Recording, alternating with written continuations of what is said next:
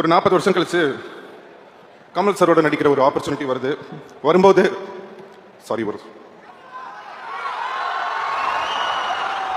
வணக்கம் நண்பா, நான் உங்கள் ஜான் ஜேடி. தங்களை படத்தோடைய எஸ்டிவில பாத்தீங்கன்னா எஸ்டிஆர் வந்து பேசிக்கிட்டே இருக்கும்போது திடீர்னு வந்து இந்த ஒரு விஷயம் பண்ணிட்டாங்க. ஸோ இதனால பாத்தீங்கன்னா ஃபேன்ஸ் வந்து எல்லாருமே வந்து ரொம்ப கவலையாயிட்டாங்க. ஸோ எதனால என்ன நடந்தது வந்து என்ன விஷயம் பாத்தீங்கன்னா 40 வருஷம் கழிச்சு கமல் சார் கூட வந்து நடிக்க வாய்ப்பு கிடைச்சிருக்கு அப்படி சொல்லும் போதே அவர் வந்து கண் கலக்கிச்சு. அது காரணம் என்ன பாத்தீங்கன்னா அவருடைய வந்து இந்த ரெட் கட்டா இருக்கட்டும், இல்ல அவர் மேல வந்து விமர்சனம் இருக்கட்டும், இது எல்லாமே வந்து ரொம்ப பாதிச்சிருந்தது. அந்த டைம்ல பாத்தீங்கன்னா யாருமே வந்து அவரை வச்சு படம் எடுக்க நிறைய தயாரா இல்லை. அந்த டைம்ல பாத்தீங்கன்னா மணிரத்னம் இவர் தான் வந்து கூப்பிட்டு இந்த ஒரு விஷயம் வந்து படம் பண்ணலாம் அப்படின் போது பேசிக்கிட்டு அவர் வாய்ப்பு கொடுத்திருந்தாரு. அதே சமயத்தில் பார்த்தீங்கன்னா எனக்கு வந்து கமல் சார் நினச்சிருந்தா இந்த படத்தில் வந்து எனக்கு வாய்ப்பு கிடைச்சிருக்கும்.